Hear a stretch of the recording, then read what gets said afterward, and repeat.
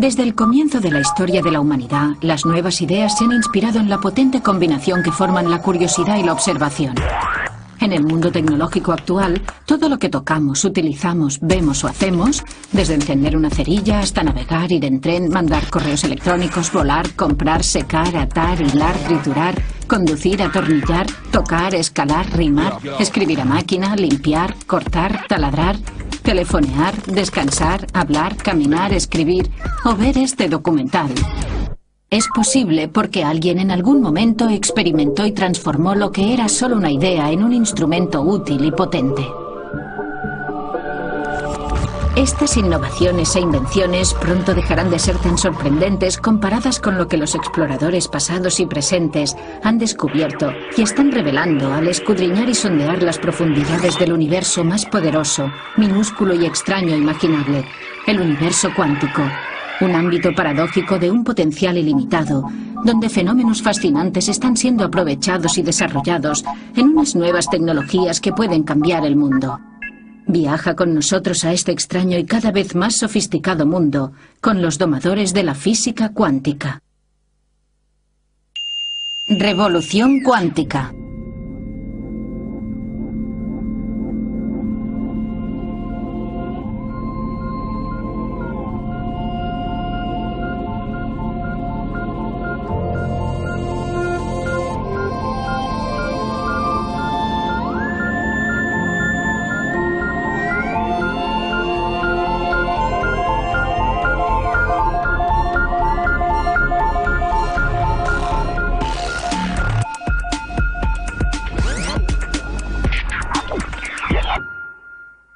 Los primeros indicios que tuvo la humanidad del universo cuántico aparecieron en 1900 con Max Planck, un físico brillante que trataba de averiguar por qué los objetos cambiaban de color al calentarse. Pero esperad un momento. Antes de llegar a la física cuántica tenemos que saber algo de la física clásica. Primero hubo un señor muy famoso llamado Newton que con unas pocas ecuaciones matemáticas de primer grado describió y predijo el movimiento de los planetas. Era una idea muy potente. Isaac Newton comprendió el poder de las matemáticas. Descubrió que no solo se pueden resumir un montón de hechos o de datos en una ecuación de primer grado, sino que además podemos utilizar estas ecuaciones para predecir el futuro. Lo que descubrió es que el mundo es fundamentalmente predecible. Después, James Clerk Maxwell demostró que la electricidad y el magnetismo también pueden resumirse con tan solo unas pocas ecuaciones matemáticas. Las ecuaciones de Maxwell tuvieron una tremenda repercusión en el desarrollo tecnológico del siglo pasado, el siglo XX. Todo lo que vemos a nuestro alrededor, la televisión, los teléfonos móviles y muchas de estas útiles herramientas tecnológicas que utilizamos diariamente, son el resultado de esta tremenda revolución que inició Maxwell. Entre Newton y Maxwell, los científicos pensaban que sabían cómo funcionaba el mundo real. Las cosas orbitaban las unas alrededor de las otras y casi todo lo que se transmitía, incluida la luz, se hacía en forma de ondas, como las que se ven cuando las gotas caen sobre el agua.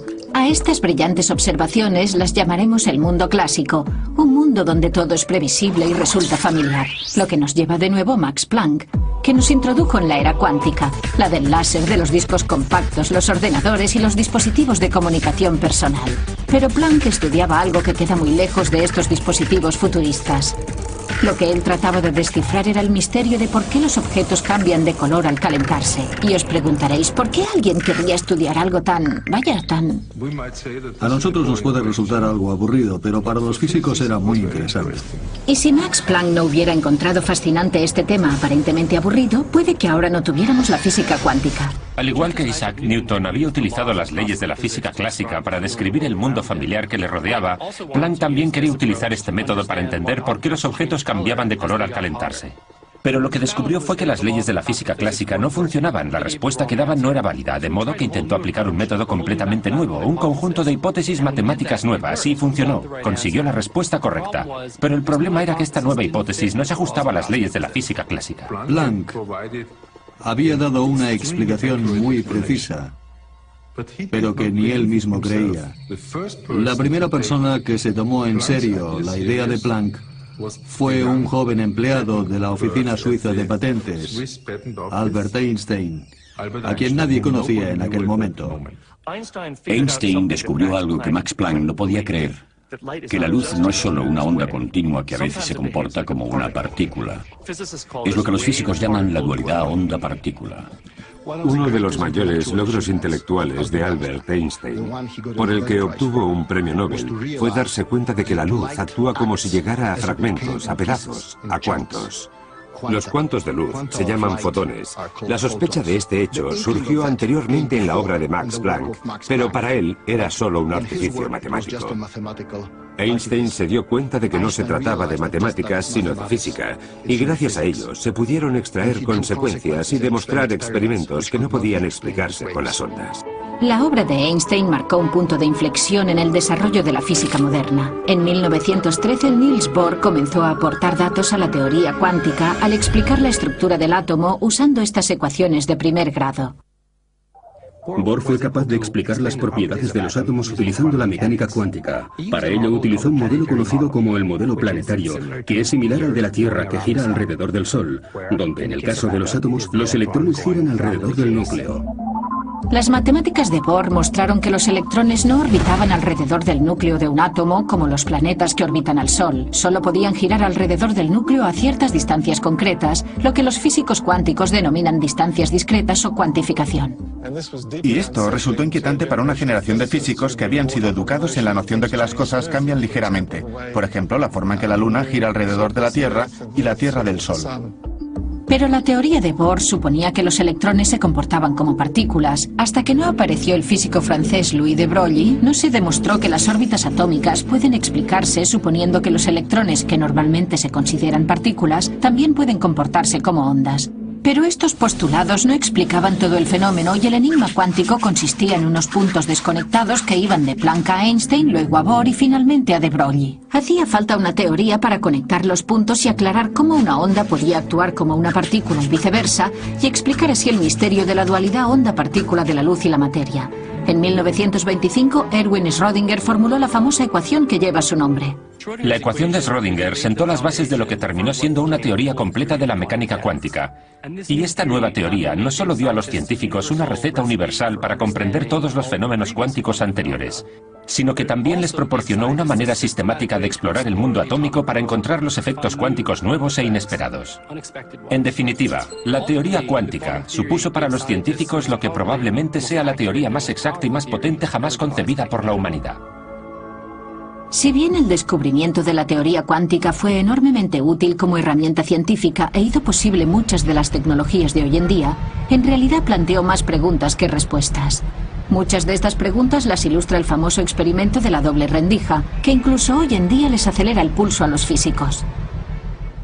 El experimento de la doble rendija es en realidad una metáfora para explicar la dualidad onda-partícula. En la física clásica tenemos ondas, como las sonoras o las electromagnéticas, y también tenemos partículas como las bolas de billar. Pero a partir de la mecánica cuántica, una partícula como un electrón a veces también puede comportarse como una onda. El experimento de la doble rendija es muy emocionante para los físicos y muy fascinante para todos los interesados por la mecánica cuántica, porque contiene la esencia de la mecánica cuántica.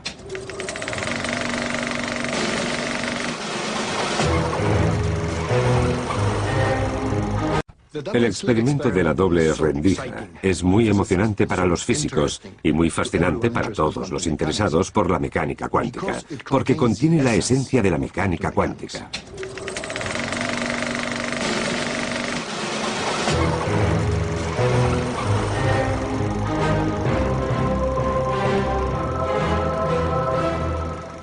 Double-slit experiment. A beam of electrons strikes a baffle with two narrow parallel slits in it, and then a scream.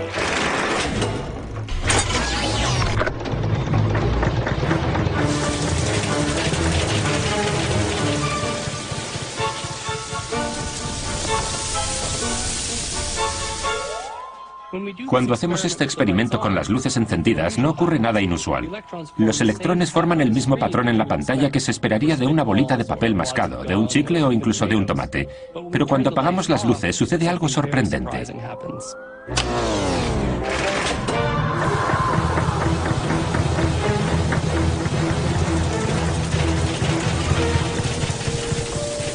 one observes on the screen is a series of maxima and minima. Esta serie de máximos y mínimos se denomina patrón de interferencias. Los máximos son los sitios donde se acumulan los electrones. Los mínimos son los lugares que evitan. El patrón de interferencia es lo que esperaríamos ver al enviar ondas, no partículas, a través de la doble rendija.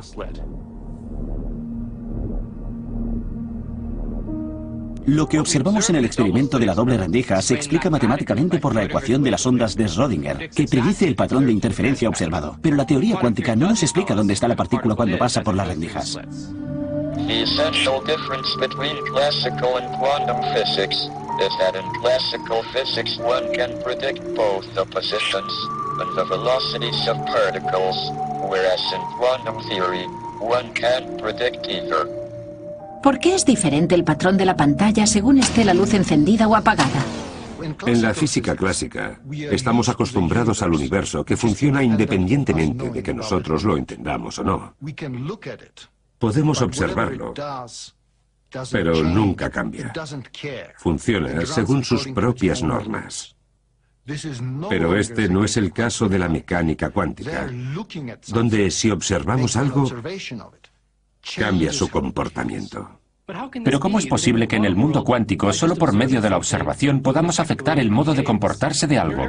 En nuestro día a día, observar solo significa mirar, es una actividad pasiva. Pero hay que recordar que la observación siempre requiere luz, y en el mundo cuántico la luz viene en fragmentos llamados fotones. Para verlo, vamos a apagar las luces del cine de nuevo y ver exactamente lo que quieren decir los científicos cuando usan las palabras observación y medición. Para observar cómo pasan los electrones por las dos rendijas, hay que arrojar luz sobre ellos, pero al hacerlo los fotones pueden causar que los electrones se comporten de un modo diferente. En este caso, los fotones hacen que los electrones se comporten como partículas, por lo que el patrón de interferencia en la pantalla desaparece. Y ahora que sabemos lo que pasa cuando las luces están encendidas, la pregunta es, ¿qué pasa cuando las luces están apagadas? Sobre esta cuestión los científicos tienen diferentes opiniones y algunas teorías impactantes. Del experimento de la doble rendija se desprende que mientras un objeto cuántico no se mide o no interacciona mucho con su entorno, por lo general no tiene una posición definida. Normalmente se distribuye en muchas posiciones, es lo que se denomina superposición cuántica. Los objetos cuánticos se comportan como si pudieran ser y pudieran hacer varias cosas al mismo tiempo. Los electrones pueden pasar por dos ranuras diferentes a la vez. Esto me recuerda a Yogi Berra, que dijo, cuando llego a una bifurcación en el camino, la cojo. Estas ideas radicales demostraron hasta qué punto las superposiciones cuánticas pusieron en tela de juicio la noción clásica de la realidad. Pero estas ideas inquietaron a muchos científicos, entre ellos a Erwin Schrödinger, quien se dio cuenta de que si se aplicaran las superposiciones al mundo cotidiano, darían lugar a predicciones extrañas. Para ilustrar este punto, concibió un experimento Gedanken. Un experimento Gedanken es un experimento mental, es decir, un experimento imaginario que nos permite centrarnos en alguna cuestión conceptual. Si realmente comprendemos una teoría, deberíamos ser capaces de decir lo que predice la teoría en cualquier tipo de situaciones, incluidas las que no se pueden llevar a cabo en un laboratorio. El famoso experimento mental de Schrödinger se conoce como el gato de Schrödinger. El gato de Schrödinger es una especie de parábola sobre la idea de la superposición cuántica. A Schrödinger le perturbaban las implicaciones de la teoría cuántica. Aparentes paradojas de la mecánica cuántica. Quería demostrar lo absurda que era la mecánica cuántica. Y para ello se le ocurrió un experimento Gedanken. Un experimento mental. La idea era la siguiente. Cogemos un gato. ¿Un gato? Un gato. Un gato con mala suerte. Y lo metemos en una caja. Totalmente aislado del exterior. En la caja también hay un martillo y una probeta. Llena de cianuro. Cianuro. Además, la caja también tiene un mecanismo de control accionado por un solo átomo que puede descomponerse radioactivamente. Cuando el átomo se descompone, el detector activa el martillo, de modo que se rompe el vial. Y se libera el cianuro. Y eso matará al gato. Y el gato morirá. Y si no se emite la partícula, no se libera el veneno y el gato no muere. Ahora supongamos que después de, digamos, una hora, hay una probabilidad del 50% de que el contador Geiger haya detectado algo. Hasta que no miremos dentro, existe la posibilidad de que el gato esté o bien vivo o bien muerto. Si creemos en la mecánica cuántica, el gato en ese momento se encuentra en un estado en el que está a la vez vivo y muerto.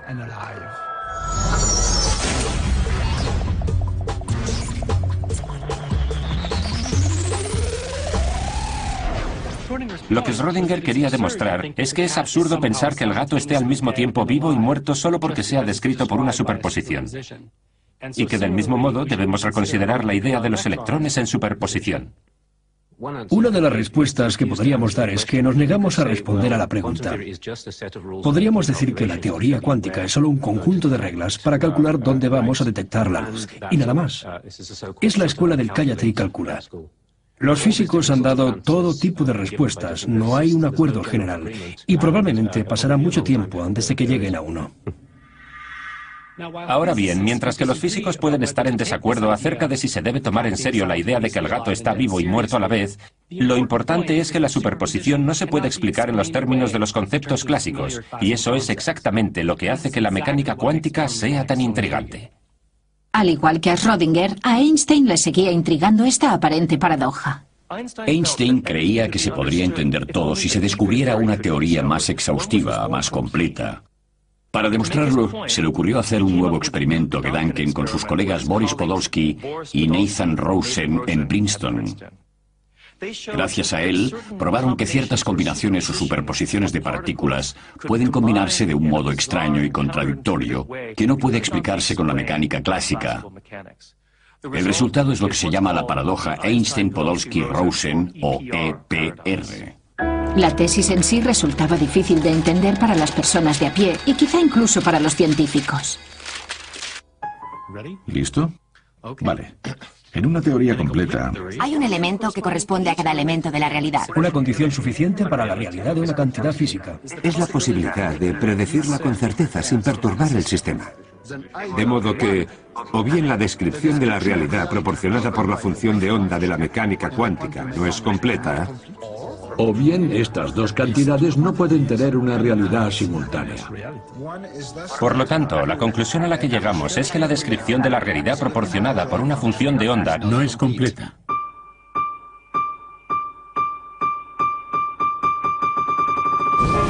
¿Qué significa esta afirmación tan compleja?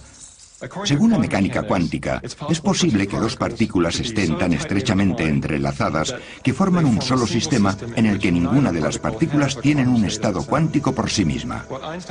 Lo que Einstein, Podolsky y Rosen hicieron fue coger un par de partículas así y separarlas muy lejos, tal vez a años luz de distancia. Luego, imaginemos que aquí hay un observador midiendo la partícula A, dándole así un estado que no tenía antes. La idea clave es que al realizar la medición, también se está determinando el estado de la partícula B, un estado que, según la mecánica cuántica estándar, no existía previamente. Para Einstein esto era imposible. ¿Cómo era posible que medir una cosa aquí afectara? ¿Cómo era posible que medir una cosa aquí afectara instantáneamente a algo que está a años luz de distancia? De modo que él y sus colaboradores concluyeron que el estado de la partícula B debía existir con anterioridad y que por lo tanto la mecánica cuántica estaba incompleta. La idea de medir una cosa aquí y que cambie algo que está muy lejos es lo que Einstein llamaría una espeluznante acción a distancia. Einstein creía que el mundo debía ser reconocible a la larga, que ahí fuera tenía que haber una realidad, y eso desafiaba la mecánica cuántica. Así no funcionaba. A Einstein no le gustaba esa idea que provocó su famoso comentario: Dios no juega los dados con el universo. Muchos de los físicos cuánticos iniciales, Einstein incluido, esperaban que una teoría más exhaustiva estuviera libre de las aparentes contradicciones de la mecánica cuántica. Algunos científicos incluso tenían la esperanza de que los elementos cuánticos extraños desaparecieran. Después de que Einstein introdujera en 1935 el concepto de lo que llamó espeluznante acción a distancia, fue el físico austríaco Erwin Schrödinger quien denominó este fenómeno en alemán Verschränkung, entrelazamiento en español. La cuestión es que Verschränkung es la mejor manera de llamarlo. Verschränkung es algo como esto, una conexión muy fuerte y bien definida, mientras que entrelazamiento suena a lazos, a algo no muy bien definido. Imaginémonos dos partículas entrelazadas como si fueran un par de bailarinas. Si las bailarinas no pueden verse o hablarse mientras bailan, es posible, aunque difícil, que vayan totalmente sincronizadas. Pueden hacerlo solo si han ensayado antes y saben cuáles son los movimientos que hay que hacer en cada momento. Einstein esperaba que las propiedades de las partículas entrelazadas se pudiesen describir de la misma manera, que la forma correlativa en la que reaccionaban los dos fotones ante cualquier medida posible se pudiera explicar al considerar que los resultados de la medición estaban predeterminados. Pero se equivocaba. Ahora sabemos que el entrelazamiento es una conexión entre partículas mucho más fuerte de lo que se puede alcanzar en la física clásica. Estas curiosidades cuánticas, de las cuales el entrelazamiento era la más extraña, desconcertaron a los investigadores durante más de un cuarto de siglo. En 1964, el físico irlandés John Bell diseñó un experimento para probar lo que Einstein pensaba que era imposible. La publicación de Einstein-Podolsky-Rosen de 1935 fue ignorada durante los primeros 30 años de su existencia. Entonces llegó John Bell y demostró que el entrelazamiento no se podía explicar con una teoría básica y sencilla. Esto dio lugar a experimentos fundamentales en los que se intentaba averiguar si la naturaleza estaba realmente loca, si realmente era tan extraña. La publicación de la teoría de John Bell sobre el entrelazamiento coincidió con el desarrollo del láser que posibilitó estos experimentos. Cuando leí el artículo de John Bell, descubrí lo que era el entrelazamiento y me pareció absolutamente fascinante. Para mí fue toda una revelación, algo así como amor a primera vista. El artículo explicaba que el gran debate entre Einstein y Bohr sobre la base de la mecánica cuántica se podría resolver por medio de un experimento. Yo era el experimentador y quería participar en la solución de ese debate. El experimento se basa en producir pares de fotones que volarán en dirección opuesta y luego, cuando estén a 12 metros de distancia el uno del otro, medirlos exactamente en el mismo instante. Y la idea es que las dos mediciones separadas por 12 metros deben ser independientes del concepto de relatividad. Con eso quiero decir que lo que mido por un lado no debería poder influir en el resultado de la medición en el otro lado. Ese es el punto esencial. La relatividad espacial nos dice que nada puede viajar más rápido que la luz, lo que significa que lo que hago aquí no tiene tiempo para llegar hacia el otro extremo del experimento. Y para eso era necesario que yo pudiera cambiar la orientación de los polarizadores en pocos nanosegundos. Conseguir hacerlo era crucial para el experimento. Y lo que hice fue medir la polarización de cada fotón. Los fotones se pueden polarizar vertical, horizontalmente o en diagonal a 45 grados. Pero la pareja de fotones entrelazados con resonancia paramagnética electrónica están polarizados al mismo tiempo vertical y horizontalmente. Es algo muy extraño. Tan extraño como el gato de Schrödinger, que está vivo y muerto. Y ahora la pregunta es, ¿cuál es el resultado de las mediciones? El resultado que obtuve fue lo que predecía la mecánica cuántica, que es que cualquiera que sea la dirección de la medición de un lado, si optamos por medir en la misma dirección en el otro lado, descubrimos que los dos fotones se alinean en la misma dirección. Esto significa que los resultados de las mediciones están estrechamente correlacionados, más que cualquier correlación concebible en la física clásica. Significa que cuando los dos fotones están colocados a 12 metros de distancia, continúan comportándose como un solo objeto. Einstein pensaba que eso no era posible porque significaría que hay una especie de espeluznante acción a distancia entre los dos objetos. Pero si queremos comprender el resultado del experimento, tiene que entrar en juego la espeluznante acción a distancia. Einstein never really understood the fundamental difference between classical and quantum theory. That is why he found it so difficult to accept things like the uncertainty principle. but quantum theory agrees with observation. God really does play dice with the universe. Antes de que llegaran John Bell primero y Alain Aspect después, lo único que podíamos hacer era discutir sobre la rareza de la mecánica cuántica. La ecuación de Schrödinger nos dice que un gato puede estar tanto vivo como muerto, y nadie sabe lo que eso significa, simplemente es extraño. Y estos argumentos se prolongaron durante décadas. Lo que hizo John Bell fue añadir algo de matemáticas y algunas cantidades al fenómeno cuántico, y lo que hizo Alain Aspect fue verificar esas mediciones en el laboratorio.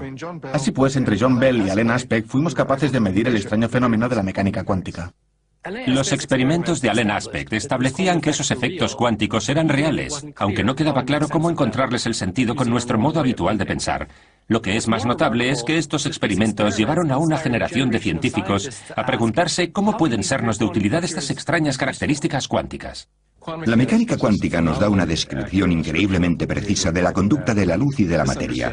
Este descubrimiento ayudó a los científicos e ingenieros del siglo XX a desarrollar todo tipo de tecnologías, como por ejemplo el láser y el transistor, que son el núcleo de nuestro mundo electrónico. Estos dispositivos cuánticos a una escala relativamente grande funcionan sin mostrar de un modo explícito los aspectos extraños de la mecánica cuántica. Estas tecnologías que nos resultan tan familiares son producto de la primera revolución cuántica. Pero ahora ha llegado una segunda revolución cuántica gracias a dos acontecimientos importantes. El primero es la capacidad tecnológica de controlar directamente la rareza del mundo cuántico, incluidas la superposición y el entrelazamiento. Y el segundo es el nacimiento de la era de la información. Así que aquí viene la información cuántica, o la IQ si estamos enviando un SMS. Lo que me hizo pensar en la información cuántica fue que en 1985 leí un artículo del físico estadounidense Richard Feynman, en el que hablaba de la posibilidad de que los ordenadores operaran sobre principios cuánticos. Fue algo totalmente revelador. Porque hasta aquel momento yo estaba más acostumbrado a pensar en la información en términos muy abstractos. En el mundo cotidiano nos resulta difícil separar la idea de la información del contenido y el significado. Pero podemos hacernos una idea de por qué la información es física, si pensamos, por ejemplo, lo que haríamos si se nos pidiera que señaláramos una información. Siempre señalaríamos un pedazo de papel con algunas notas, aunque también una fibra óptica o un disco duro. En el caso del disco duro, vemos que la información tiene realmente un contenido físico. Si queremos guardar información en, digamos, un disco duro de 100 gigabytes, tenemos que pagar un dinero. Tenemos que ir a comprarlo. Si queremos guardar información en, digamos, un disco duro de 100 gigabytes, tenemos que pagar un dinero. Tenemos que ir a comprarlo. El hecho de que haya una cantidad física por la cual pagas un dinero nos dice que en realidad la información es física. Por ejemplo, yo estoy hablando con vosotros ahora y la información se transmite mediante el sonido. Podría escribir una carta y la información se almacena en forma de tinta y de marcas sobre el papel. Una vez entendemos que la información es física, empezamos a preguntarnos si las leyes de la física limitan el modo en el que se procesa la información. O en el caso de la física cuántica nos proporciona un mecanismo completamente nuevo para procesar y comunicar la información. Información. Esto es la información y su uso adecuado puede traer una nueva dignidad a la humanidad. Ahora estaréis pensando, ¿información clásica? ¿Información cuántica? ¿Hay alguna diferencia? Sí que la hay, y todo empieza con el humilde bit. El bit es la unidad básica de la información clásica, que se encapsula en un sistema físico que puede tener dos estados, ya sea encendido o apagado, cargado o descargado, que está aquí o allí, o en términos matemáticos, un 0 o un 1. En el mundo cuántico tenemos bits cuánticos o qubits, y estos qubits pueden estar superpuestos y estar en 0 y en 1 al mismo tiempo. Es la capacidad de manipular el mundo a ese nivel de fenómeno cuántico de las superposiciones cuánticas, lo que nos permite realizar tareas computacionales en la mecánica cuántica que son imposibles o por lo menos muy difíciles por medio de ordenadores convencionales. Nuestras tecnologías se están acercando ya a los límites de la información cuántica, y los transistores se están acercando al tamaño de un bit cuántico o qubit. Esto es lo que llamamos la ley de Moore. en honor al fundador de Intel, que predijo hace 20 años que esto ocurriría. Y de hecho, en el transcurso de los próximos 20 años, se espera que los transistores, que son el corazón de nuestros dispositivos informáticos, alcancen el tamaño de un solo átomo. La segunda revolución cuántica consiste hoy en día en ser capaces de manipular sistemas cuánticos individuales, moléculas individuales, átomos individuales o, en mi caso, fotones individuales. Hasta ahora, después de la primera revolución cuántica, hemos sido capaces de manipular conjuntos. Por ejemplo, un láser produce miles de millones de fotones, no fotones individuales, sino miles de millones. Y hoy, el hecho de que se puedan manipular y dominar cuantos individuales, como los llamamos, abre toda una nueva era de desarrollo tecnológico. Uno de los primeros logros de esta segunda revolución cuántica es la capacidad de los físicos de construir herramientas increíblemente precisas como un reloj atómico, el dispositivo para medir el tiempo más preciso del mundo.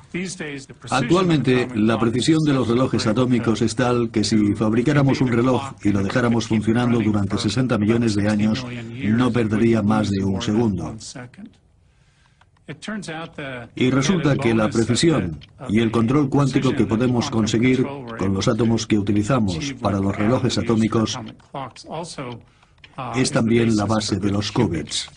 Si podemos controlar qubits individuales, tendremos un reloj impresionante. Si además los juntamos y controlamos las interacciones de cientos de ellos a la vez, no solo tenemos un reloj cuántico mayor, sino que además creamos un ordenador cuántico, posiblemente la invención más importante de nuestro tiempo. La informática cuántica puede considerarse una revolución en la teoría de la informática.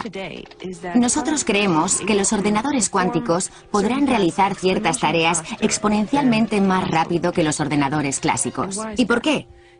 Existe una tesis fundamental en la informática llamada la tesis de Church-Turing, que dice que todos los ordenadores normales clásicos son esencialmente equivalentes.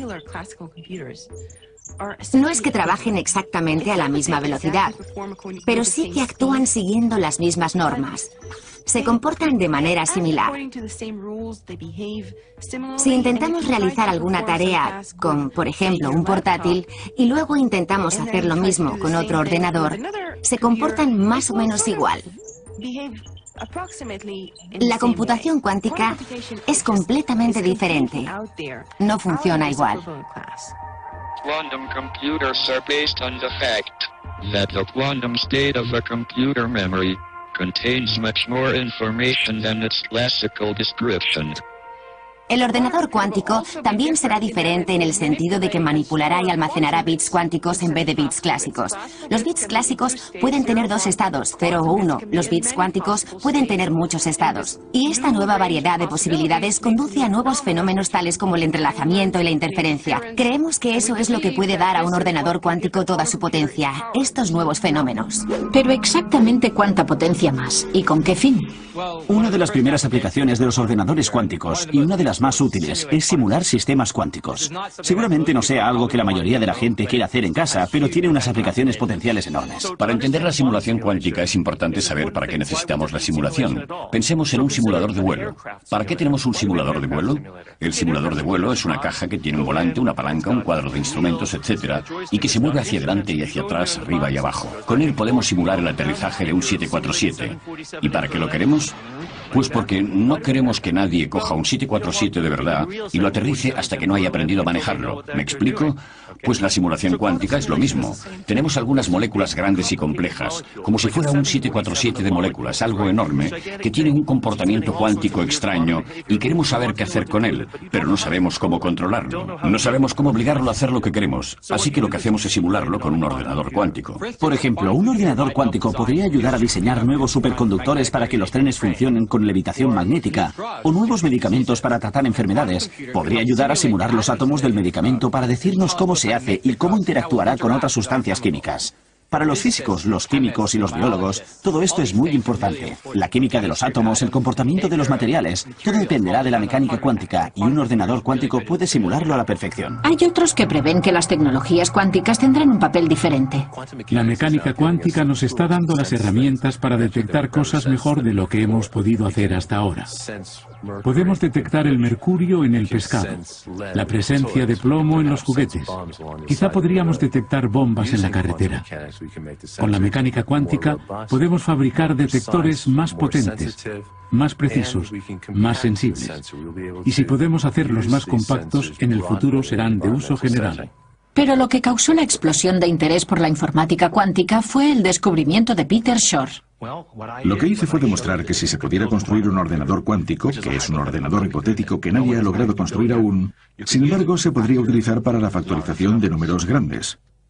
Si tenemos dos números, pongamos el 3 y el 5, y los multiplicamos, obtenemos el número 15. La factorización es el proceso inverso. Empezamos con el número 15 y queremos descomponerlo y decir que es, por ejemplo, 3 veces 5. Con el 15 es muy fácil, se puede hacer de cabeza, pero supongamos que cogemos dos números de 200 dígitos. Con mucha paciencia y un papel y un boli, podríamos multiplicarlos para conseguir un número de 400 dígitos, aunque los ordenadores lo hacen en un santiamén. Pero si cogiéramos el número de 400 dígitos y tuviéramos que encontrar los dos números de 200 dígitos que se han tenido que multiplicar para obtenerlo, no creo que pudiéramos hacerlo. Ni siquiera puede hacerlo el ordenador más potente del mundo. Es un problema imposible de resolver. El problema de la factorización se utiliza para codificar la mayoría de los mensajes secretos importantes que se envían hoy en día. Funciona de la siguiente manera. Cuando compramos algo a través de Internet, nuestro ordenador multiplica dos números de 200 dígitos para conseguir el número de 400 dígitos. De modo que si sabemos ese número de 400 dígitos, podemos codificar lo que queramos. Pero para decodificarlo, necesitamos saber los dos números de 200 dígitos y nadie puede extraerlos del número de 400 dígitos porque el problema de la factorización es casi imposible de resolver. El descubrimiento de Shor fue muy inquietante, porque básicamente lo que venía a decir era, dame un ordenador cuántico y podré craquear el método más común y más importante de codificar información secreta. Los gobiernos se toman la creación de un ordenador cuántico muy en serio. Es una amenaza. Puede descifrar muchos de los códigos de cifrado que se utilizan hoy en día, incluidos los utilizados en los satélites, en los bancos y en las tarjetas. Es una amenaza. Puede descifrar muchos de los códigos de cifrado que se utilizan hoy en día, incluidos los utilizados en los satélites, en los bancos y en las tarjetas de crédito para proteger las comunicaciones. Pero así como los físicos teóricos vieron que un ordenador cuántico podría descifrar mensajes secretos, también se dieron cuenta de que los efectos cuánticos podrían utilizarse para crear los códigos más secretos del mundo, los códigos cuánticos, y proporcionar así un modo extremadamente secreto de mantener la información privada. En la criptografía clásica, por lo general se parte del supuesto de que el sistema es seguro porque el supuesto espía, no puede resolver un problema computacional difícil. La criptografía cuántica funciona sobre un principio diferente. Es imposible descifrar un código criptográfico cuántico si no se violan las leyes de la física. Con la criptografía cuántica es imposible espiar durante la transmisión sin ser detectado. Es lo que podríamos llamar el efecto del observador ruidoso. Es como cuando estás en una fiesta y escuchas la conversación de la pareja de al lado. Ellos saben, sin mirar siquiera, que los estás escuchando. La criptografía cuántica ya se está utilizando a un alto nivel para asegurar los resultados de las elecciones de Suiza. En este laboratorio hemos desarrollado la tecnología básica de la criptografía cuántica. Lo que asegura la criptografía cuántica es el enlace de fibra óptica que conecta el lugar en que se encuentran las papeletas con el lugar donde se encuentran los ordenadores del Estado. Y esa ha sido la primera aplicación pública y material de la información cuántica. La criptografía cuántica es solo una de las muchas potentes herramientas cuánticas que se están desarrollando e instalando en este momento. Pero la aplicación más fantástica y asombrosa es un fenómeno llamado la teletransportación cuántica. La teletransportación cuántica no tendrá nada que ver con lo que vemos en la ciencia ficción, porque de hecho no se transmite materia de un punto a otro. Lo que se transmite es la información cuántica. La teletransportación cuántica se hace posible gracias al entrelazamiento. Se utiliza el entrelazamiento de dos fotones para transmitir la información de uno hacia el otro. En 2004 hicimos un experimento de teletransportación cuántica a través del río Danubio. Colocamos un cable de fibra de vidrio que iba de una orilla a otra, separadas por una distancia de 600 metros. La fibra cruzaba el río a través de una alcantarilla, por lo que lo llamamos el experimento del tercer hombre, en referencia a la película El tercer hombre que se rodó en las alcantarillas de Viena, interpretado por Orson Welles. Esta es la única película donde la música la interpreta una cítara. Creamos estos fotones entrelazados arrojando un láser muy potente en un cristal especial, que hace que un fotón de alta energía pueda descomponerse en dos fotones de baja energía que luego se entrelazan. Enviamos uno de los fotones hacia el otro lado del río y el otro lo mantenemos en el sitio. Este fotón se encuentra con el tercero, el que será teletransportado. Al entrelazar estos dos, las propiedades cuánticas del tercero se transfieren a la partícula del otro lado del río y termina la teletransportación. La teletransportación cuántica es una de las manifestaciones más bonitas del entrelazamiento. Con la teletransportación cuántica tenemos algo, el estado cuántico o la estructura esencial de la materia, que desaparece en un lado y vuelve a aparecer en el otro lado sin ni siquiera existir entre medio. Pero el experimento de 2004 es Schnee von gestern, que quiere decir nieve de ayer. Algo pasado. A la larga queremos llegar hasta los satélites y establecer la comunicación cuántica a escala mundial. Ahora conocemos el poder de la información cuántica, pero ¿qué se necesita para aprovechar al máximo el potencial de esta tecnología? ¿Qué hace falta para construir un ordenador cuántico? The principles of quantum computing are well understood. It is only their implementation in practice that is difficult. En principio, la construcción de un ordenador cuántico no supone ningún problema, eso está claro. Sabemos cómo juntar las cadenas de las operaciones cuánticas sobre el papel y la forma en que acabarán proporcionándonos un ordenador cuántico. El problema está en trasladarlo al hardware real.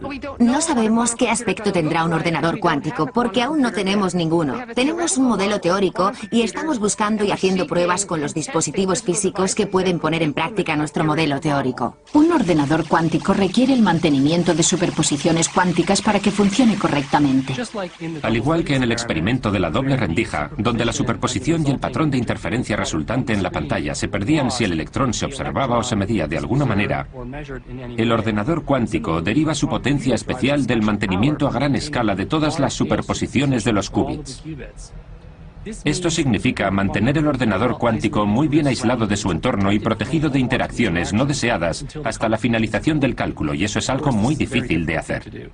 La principal dificultad de construir un ordenador cuántico es mantener su estado cuántico, y eso significa mantenerlo completamente aislado. Los sistemas cuánticos tienen una característica enojosa, y es que cuando difunden la información sobre ellos mismos, dejan de ser cuánticos. Por eso, el aislamiento es uno de los problemas clave en la construcción de ordenadores cuánticos.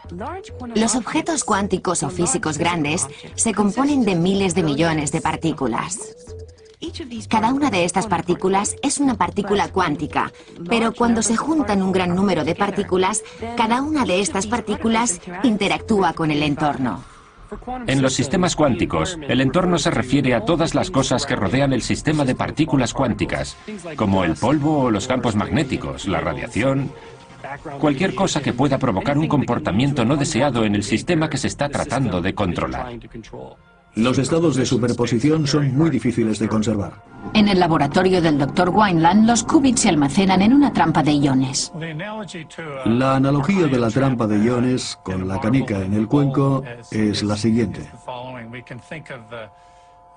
Imaginemos que la canica es el átomo y el cuenco es la trampa, la forma de sujetar los átomos. Y una cosa que podemos hacer es poner la canica en una órbita circular alrededor del centro del cuenco. Y eso es lo que podemos hacer también con los átomos. En el caso de la canica y el cuenco, la canica estará unas veces a la izquierda y otras a la derecha. Pero lo extraño de los sistemas cuánticos, que nos permite hacer qubits, es que podemos poner el átomo en un estado de superposición en el cuenco, en la trampa, de modo que no esté unas veces a la izquierda y otras a la derecha, sino que esté al mismo tiempo a la izquierda y a la derecha. La analogía con el gato de Schrödinger es que podemos crear situaciones en las que tenemos una superposición de todos los átomos apuntando en una dirección y en la dirección contraria al mismo tiempo. ¿Y qué aspecto tendría un ordenador cuántico? Detrás de mí se ve un prototipo de un ordenador cuántico. Está hecho con un imán muy potente, compuesto por un material superconductor, bañado en helio líquido a unos 266 grados centígrados bajo cero. Los qubits están compuestos de plomo a unos 266 grados centígrados bajo cero. Los qubits están compuestos de pequeños imanes en el interior del núcleo de los átomos. Al final de la computación, utilizamos el campo magnético de estos qubits para poder leer la respuesta. Este ordenador cuántico en concreto tiene una docena de bits cuánticos o el equivalente a 1000 bits clásicos, que es lo que tenían los ordenadores de la década de los 50. Si somos capaces de construir un ordenador cuántico con unos 60 o 70 bits cuánticos, tendremos una máquina más potente que todos los ordenadores normales que hay en el mundo juntos. Hoy en día, los científicos están sobrepasando los límites de la teoría y la experimentación de la pizarra al laboratorio, aprovechando el potencial del misterioso mundo cuántico de la naturaleza, sentando las bases de nueva era de descubrimientos e innovación. Creo que los efectos de lo que estamos hablando pueden tener una enorme repercusión en la tecnología del futuro y en nuestro estilo de vida, pero no me oirán decir exactamente lo que va a pasar. Sin embargo, creo que lo más importante de cara al futuro es que, ahora que estamos aprendiendo a hablar con los átomos en su propio idioma, en el lenguaje de la información cuántica, podemos hablar con ellos y tratar con ellos como nunca antes habíamos podido.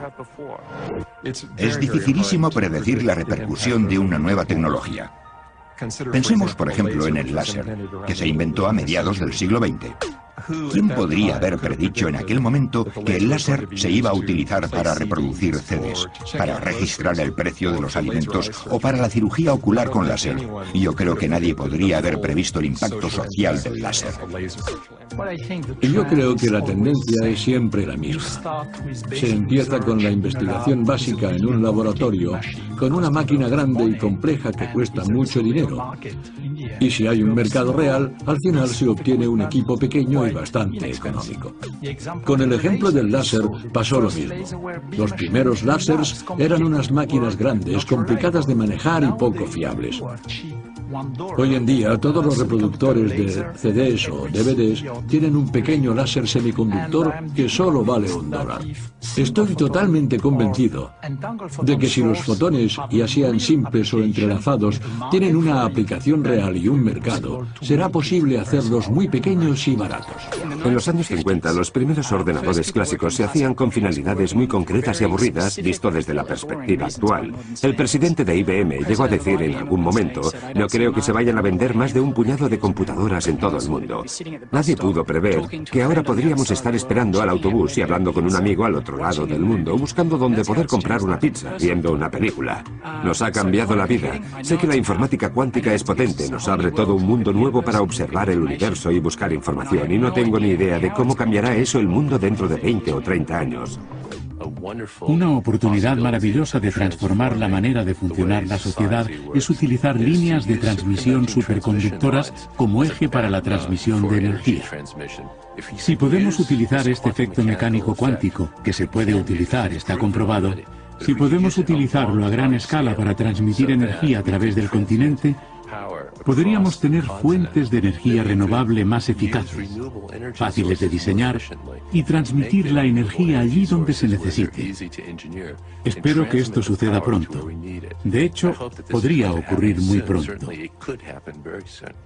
Es verdad que la mecánica cuántica es muy extraña, pero también lo era la capacidad de volar de los humanos antes de que descubriéramos cómo construir aviones y cohetes para contrarrestar los efectos de la gravedad. Ahora estamos despegando hacia el futuro de la cuántica. Si entendemos cómo se comportan los átomos y las partículas elementales al nivel más íntimo y hablamos su mismo idioma, podremos domar esos cuantos salvajes. Podremos colaborar con ellos para construir nuevas formas de procesar la información, nuevas formas de informática y de comunicación que transformarán nuestras vidas de una manera radical. Esta manera de ver el mundo, de comprenderlo a la escala de la información cuántica, tiene el potencial de transformar cualquier tecnología que poseamos. Y transformándola y aprendiendo a hablar con esos átomos y partículas elementales, encontraremos nuestro sitio en el mundo cuántico.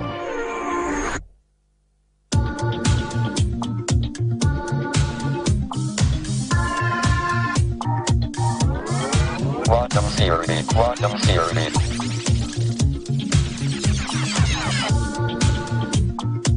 Quantum terrors.